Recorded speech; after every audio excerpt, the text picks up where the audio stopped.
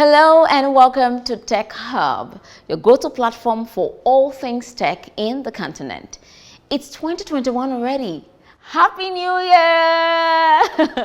Doesn't it feel exciting that we've moved on from 2020 and all the hurdles it flung in our paths? I'm grateful for last year and I'm hopeful for this year. Can I get an amen? All right, there is an exciting lineup on today's edition of Tech Hub. I will let you in on it after this break. You're still there? Aww, thank you for staying. You can join the conversation on social media displayed on your screen or hit me up directly at Mercy Frank. Later on the show, David Alozie, Digital Economist and Founder of Disruptive Africa, will be joining us to give insight on identity management in Nigeria. But before that, here's Tech Hub Global Updates. Guess who's 2020 Business Person of the Year? Paystack founders Akinlade, the Chief Executive Officer, and Olubi, Chief Technology Officer. Just in October 2020, Paystack hit on arguably the biggest Nigerian startup acquisition at $200 million. Paystack is a fintech company that delivers a safe, convenient, and modern payment experience for customers and merchants in Africa. The Central Bank of Nigeria has suspended mobile money operators, payment switch providers from receiving remittances or integrating their systems with international money transfer operators, IMTOs. It pushed this directive since a few operators have kept paying remittances in local currency instead of the US dollar. And on the global scene, a group of high-profile tech companies including Microsoft, Google, and Cisco have filed a brief in the support of Facebook's legal action against NSO Group. Sometime in 2019, Facebook-owned WhatsApp had sued the spyware vendor, alleging that its software was used to hack 1,400 devices through a vulnerability in the messaging service. Other companies listed on the filing include Internet Association and Microsoft subsidiaries GitHub and LinkedIn. I am Anthony Abraham. Back to Mercy. Disruption. This is a buzzword that challenges the normal way of getting things done. It birthed the age of the internet, computerization, faster transportation, financial transaction and security, among others, which is linked to identity management. As Nigeria clocks 60, there is the need to take a cursory look at how disruptions have shaped different industries, and one of the facets that people are most concerned about is the issue of identity management. We have so many number of agencies. We are requiring to have your data. Take, for instance, Passport Office under the Immigration, Ministry of Interior, Federal Road Safety Commission. If you want to have your driver's licenses.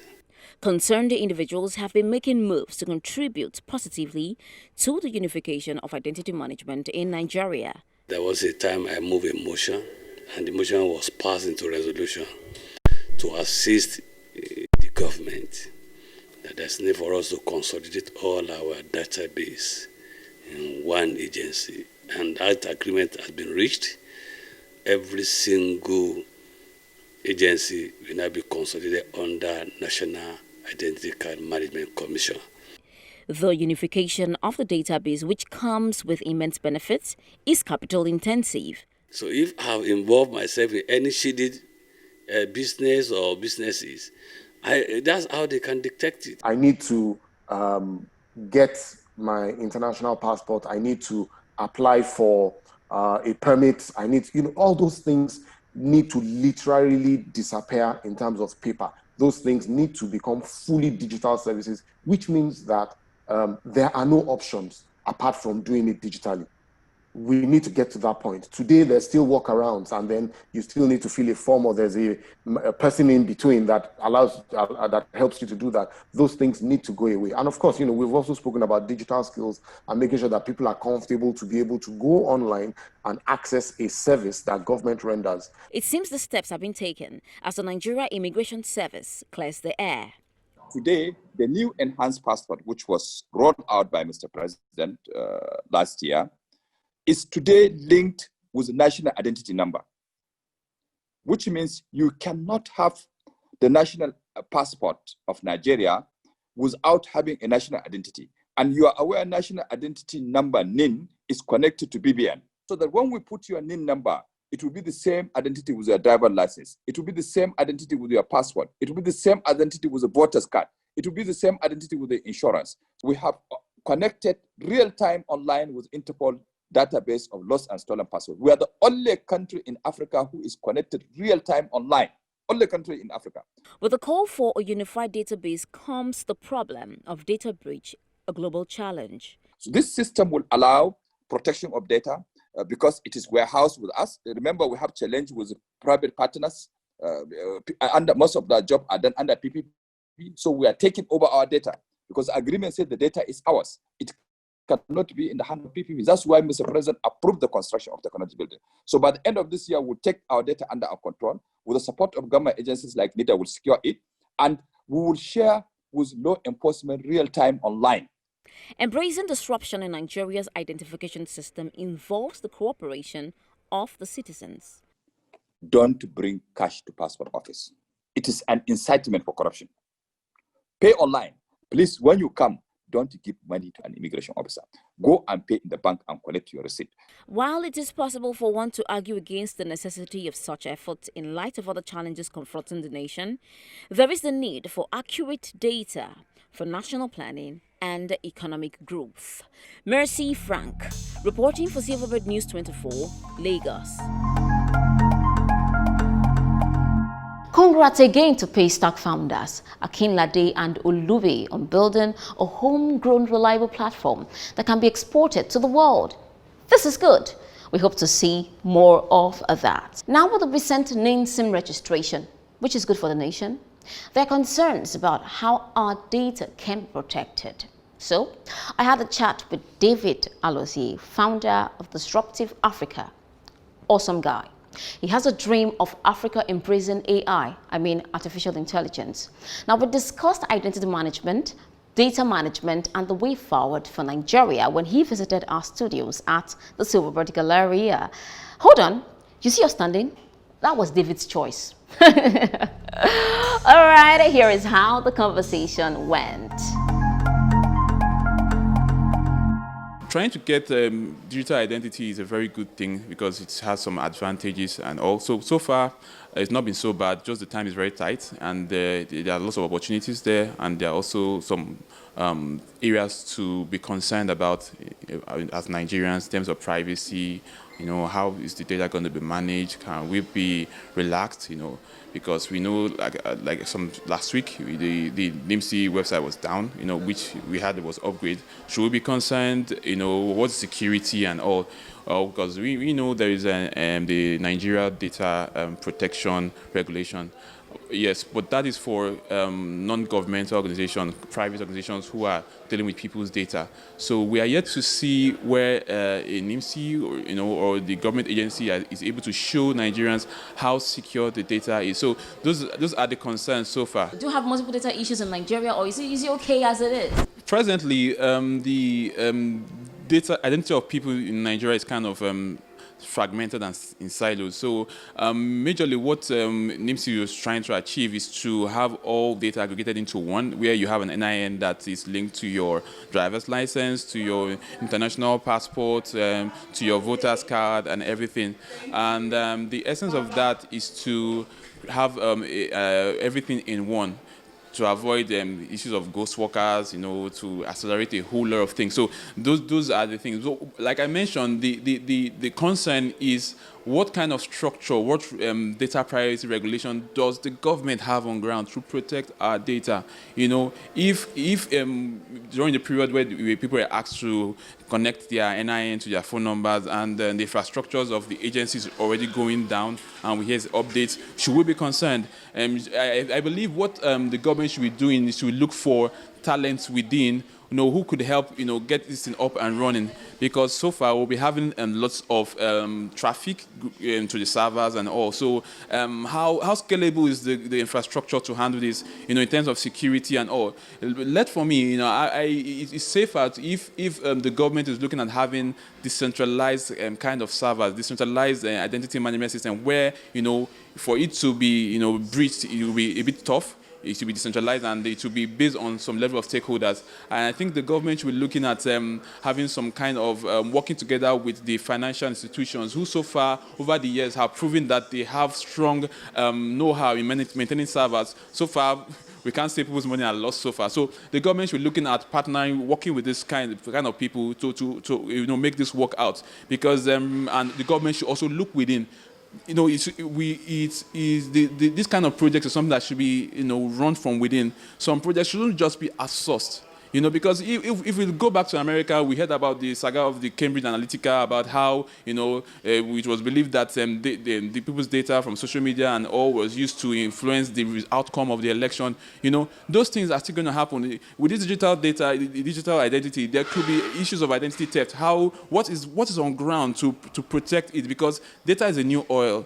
With so much data comes with so much responsibility. Anybody with all data aggregated is very powerful, and that is why the US government is trying to monitor Facebook and Google, because they are already powerful with the level of data they have. So we are in a dispensation where data is the new oil. The government needs to have a clear framework given to citizens. For you to take my data, I need to understand how secured is it in your hand. Is some people not going to take it for private reasons, for some political reasons? How safe is it? So those are the concerns that we should have. And I think the government needs to come up with like they came out with the NDPR, the regulation for protection, the data protection. There should be one that the government is using, a playbook for everybody to see. So what is it that they have on ground to ensure that we are safe? You mentioned something earlier on about the government bringing about some data protection policy.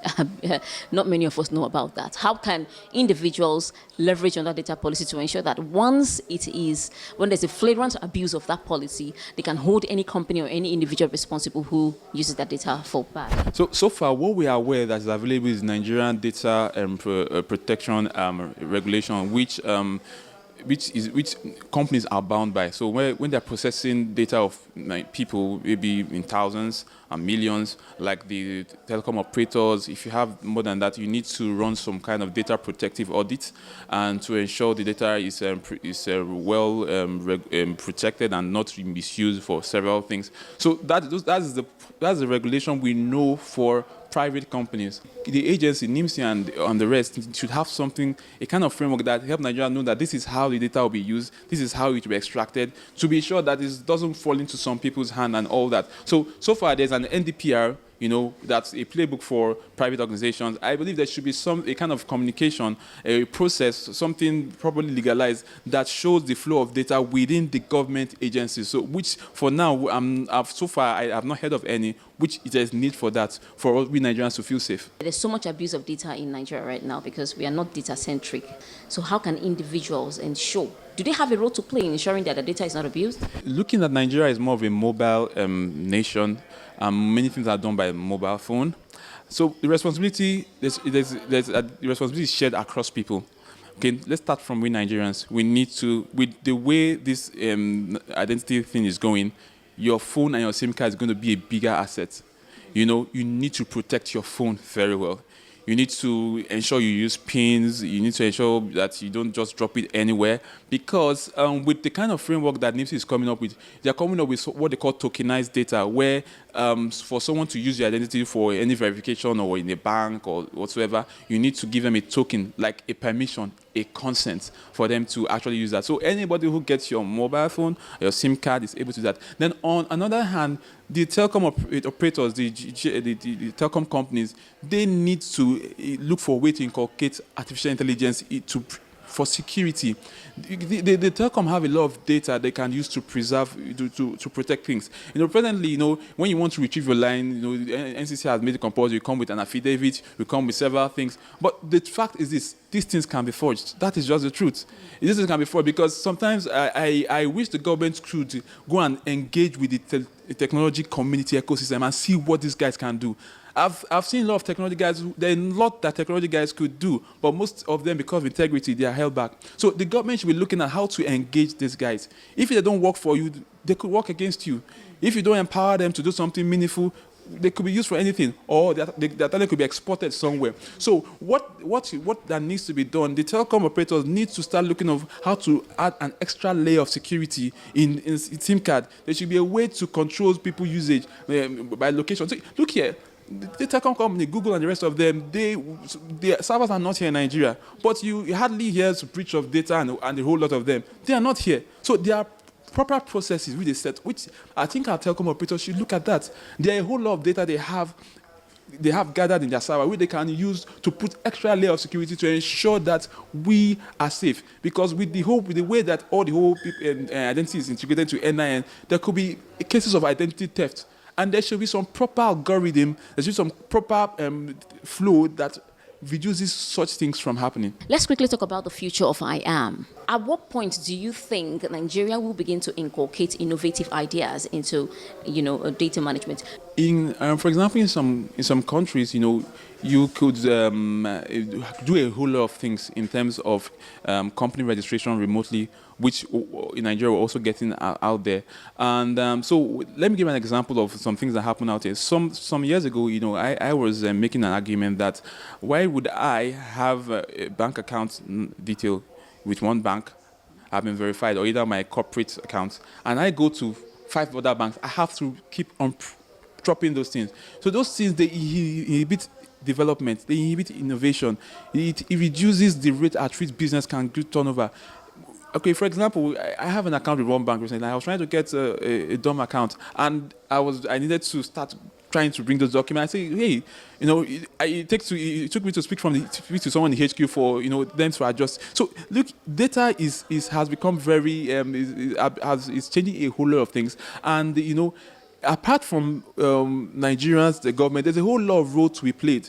We understand there are some lapses in terms of maybe the side of those that are driving regulation, because technology is changing and transforming, and it's important they understand where technology is. So if NCC is coming up with a method they want to use to reduce fraud on SIM registration, and technology has gone beyond that and has made that irrelevant, so there's, I think what the government should do is they should engage the technology ecosystem of young people who are doing a whole lot of things to understand what is really relevant. You don't want to bring a method that is already outdated, so they need to engage this with. Even, for example, the banks, you want to do anything, you come with utility bill and the rest of them. And from what I know, the CBN has dropped a framework that allows banks to be able to make all this verification seamless, and a whole lot. So there's a whole lot of role to be played from the government, a whole lot of role to be played from the financial sector, and there should be chances for private organizations who have innovation to actually solve this problem. And I believe why the banks so much depend on utility and the rest of them, because there have not been like a better replacement, which is another opportunity for techpreneurs to try to solve and build some solutions that could actually solve that. So there's a whole lot of things that could be done. And with digital identity, it's going to really cause a whole lot of improvement.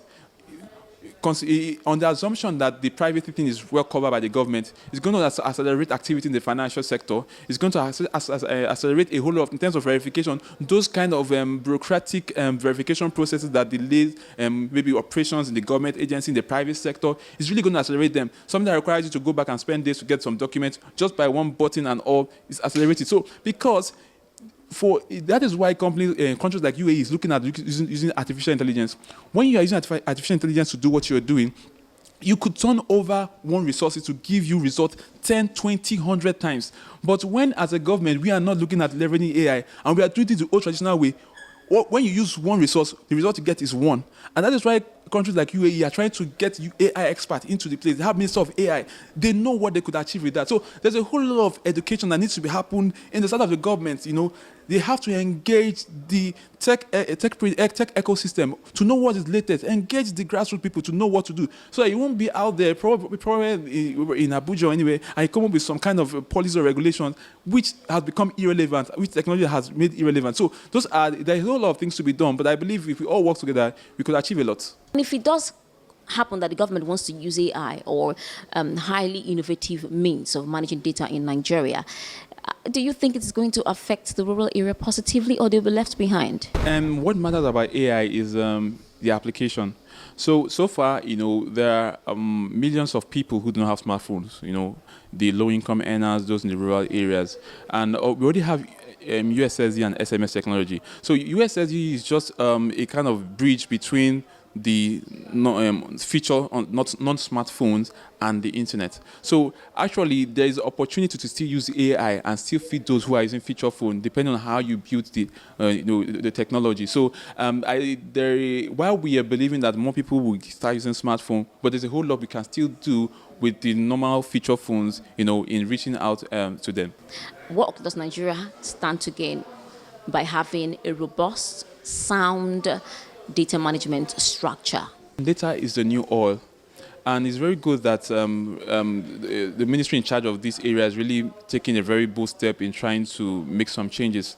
Because before now, there's nothing around data privacy. Some companies come from somewhere, pick up our data, use it to learn about us, use some products and sell back to us. We hear some companies come pick up buy data from Nigeria, use it to market, and a whole lot of things. So if as a country having a strong, robust data structure, it kind of secures us. Those days where people are having wars, they go with guns and knives. But now we have things they call data wars, where the most dangerous enemy is the enemy from within, and that is why cybersecurity and a whole lot is very important. So having a robust data structure requires the government having ethical hackers working with them. NIMS have ethical hackers working with them. There should be ethical hackers working with the ministry. There should be strong cybersecurity frameworks, that help to preserve the people. They need to bring in some young Nigerians who understand how to hack systems. Let them teach them on how to improve the systems. So those are things involved. Having a robust data management system will kind of protect the nation as a whole. In the identity structure, one of the things it should do for job is that it will use to eliminate ghost workers, because there are lots of ghost workers in several ministries and everywhere. So you're able to track and ensure that this person is a real person, not some ghost worker which is being used to siphon some money. So there will be enough resources available for the real people instead of being used for some ghost workers. And then in the unemployment sector, it's to be able to help the government to be able to track what's going on out there and be able to merge some people with some possible opportunities. And also in the financial sector, it could accelerate a whole lot of processes and all.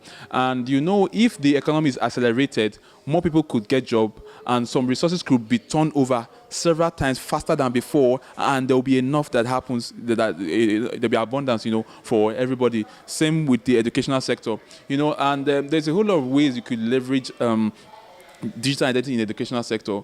The NIMC is doing a whole lot of things in trying to build this structure, using what they call self-sovereign identity kind of management, where with that identity, it could be tagged to my certificate in the university, it could be tied to my transaction, it could be tied to credit scoring, it could be tied to a whole lot of things. It's similar to maybe having something like a social security number. So what it actually does for me is when I go to apply for a job or whatever, I don't need to start going to get transcript, I don't need to start going to get documents out there. Just by giving them some consent, they could have access to me, my certificate verified from my university, my financial levels verified. So it could, beyond the health sector, beyond the educational sector, it could transform. When you're talking about digital economy, one of the prerequisites for running a digital economy is having digital identity.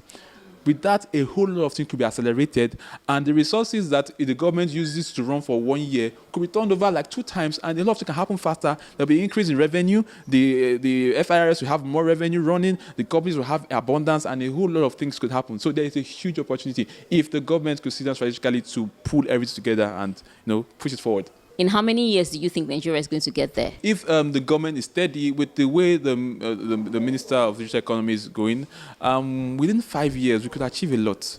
In 5 years' time, I'm going to call you up to find out if we got there or not. Thank you very much. Thank you very much, Mr. Frank. Welcome back. David, I'm hopeful, too, that in 5 years' time, all things being equal, we'll be thriving using innovative ideas. Thank you again, David, for that insightful conversation. Before we go, let's get educated. Do you know what cookies are? No. I don't mean this kind of cookies. I mean the one that you use on your phone or laptops. Now, this is the kind of cookies I am talking about. HTTP cookies are a necessary part of web browsing as they help web developers give you more personal, convenient website visits. Simply put, cookies let websites remember you, your website logins, shopping carts, and more. While most cookies are perfectly safe, some can be used to track you without your consent. Worse, legitimate cookies can sometimes be spied upon if a criminal gets access. So, here's what you can do. Only accept cookies that are from trusted sites or sites that you have to visit often. Otherwise, move on. That is how far we can go on today's edition of Tech Hub. Drop your comments and questions on the social media handles displayed on your screen or hit me up directly at Mercy Frank. I'm Mercy Frank. See you in the next edition. Same time, same channel. Have an awesome year.